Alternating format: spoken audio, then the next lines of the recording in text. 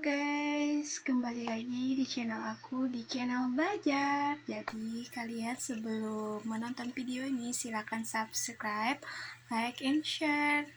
Oke, selanjutnya kita akan membahas tentang perbedaan penelitian kuantitatif dan kualitatif. Oke, di sini aku akan menjelaskan sedikit tentang perbedaan penelitian kuantitatif dan kualitatif. Oh, sudah, salah guys. Ternyata semalam aku sudah membahas perbedaannya. Ini tentang kapan sih penelitian kuantitatif dan kualitatif digunakan. Nah, di sini aku akan menjelaskan tentang sedikit kapan penelitian itu digunakan. Baiklah, untuk kita lanjut. Kapan sih penelitian kuantitatif digunakan? Untuk penelitian kuantitatif digunakan dalam konteks yang berbeda tergantung pada tujuan dan jenis data yang diperoleh. Contohnya, penelitian kuantitatif tujuannya mengukur variabel atau hipotesis, biasanya digunakan untuk mencari hubungan atau perbandingan antar variabel. Metodenya survei, eksperimen, analisis statistik, data dikumpulkan dalam bentuk angka. Untuk contoh penggunaannya yaitu menganalisis pengaruh tingkat pendidikan terhadap penghasilan atau pengukur kepuasan pelanggan dengan skala Likert. Sedangkan untuk penelitian kualitatif yaitu tujuannya mendalami pemahaman, pengalaman, dan perspektif individu, fokus pada konteks dan makna. Untuk metodenya yaitu wawancara mendalam, diskusi kelompok, observasi, dan analisis teks yang data yang bersifat narasi dan deskriptif. Untuk contohnya yaitu menyelidiki alasan di balik perilaku konsumen atau memahami pengalaman pasien dalam perawatan. Kapan sih digunakannya? Oh ya, untuk penelitian kualitatif sendiri digunakan pada atau ketika ada kebutuhan untuk generalisasi hasil dari populasi yang lebih luas dan saat data numerik lebih relevan. Untuk kualitatif sendiri digunakan juga ketika eksplorasi mendalam dan pemahaman konseptual lebih penting, terutama dalam penelitian sosial atau psikologis.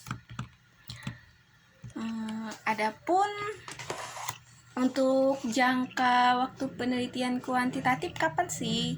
Nah, untuk jangka waktu penelitian kuantitatif itu ada 3 macam ya. Yang pertama,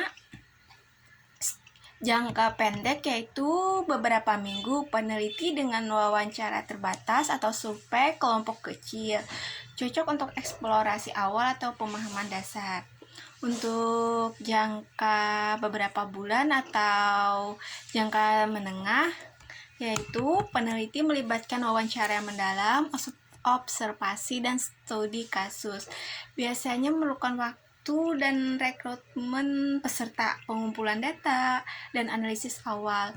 Untuk yang ketiga, jangka panjang yaitu 6 bulan atau lebih disebut jangka panjang, yaitu dengan cara penelitian yang membutuhkan interaksi berulang dengan partisipan serta etnografi atau studi longitudinal, memungkinkan pemahaman yang lebih mendalam terhadap dinamika sosial atau perubahan seiring waktu.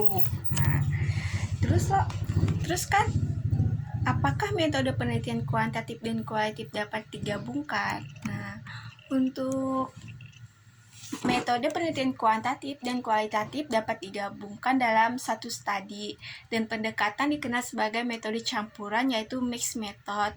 Pendekatan ini merupakan peneliti untuk memanfaatkan kelebihan kedua metode untuk mendapatkan pemahaman yang lebih komprehensif tentang suatu fenomena. Manfaat menggabungkan metodenya yang pertama, kedalaman yang luas. Penelitian kualitatif memberikan pemahaman mendalam tentang konteks dan pengalaman, sementara penelitian kuantitatif menyediakan data numerik yang dapat digeneralisasi. Yang kedua, validasi data. Temuan dari satu metode dapat digunakan untuk memvalidasi atau memperkuat temuan dari metode lain. Untuk penjelasan yang ketiga, itu adalah penjelasan yang lebih komprehensif. Hasil kuantitatif dapat diinterpretasikan dengan lebih baik melalui wawasan kualitatif. Contohnya adalah survei atau wawancara.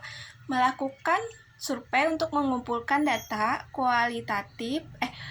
kuantitatif dan kemudian melakukan wawancara mendalam dengan sebagian responden untuk menggali lebih dalam temuan tersebut. Yang kedua, eksperimen atau observasi. Melaksanakan eksperimen atau kuantitatif untuk menguji hipotesis, lalu melakukan observasi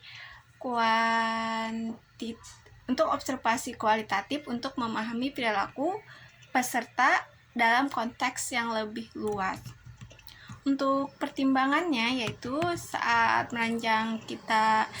kita menggabungkan dua penelitian atau metode campuran harus ada yang dipertimbangkan. Yang pertama, menentukan tujuan peneliti dengan jelas. Yang kedua, memastikan integrasi yang baik antara kedua jenis data. Yang ketiga, menghasilkan waktu dan sumber daya yang cukup untuk kedua pendekatan.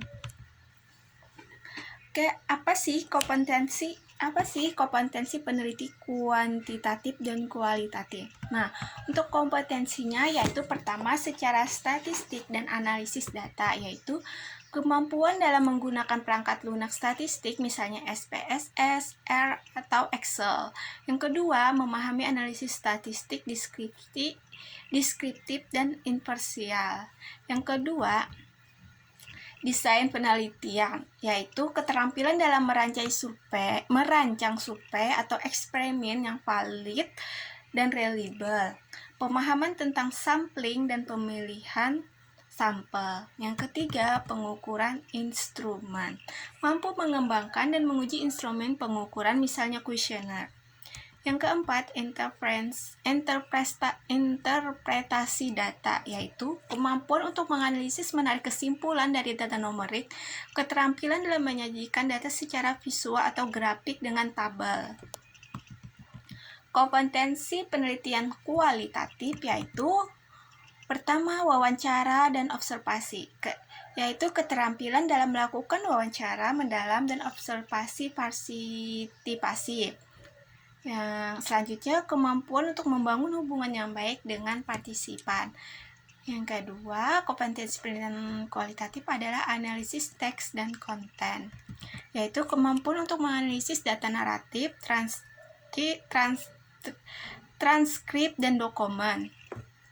Keterampilan dalam menggunakan perangkat lunak, analisis kualitatif misalnya NVivo, Atlas.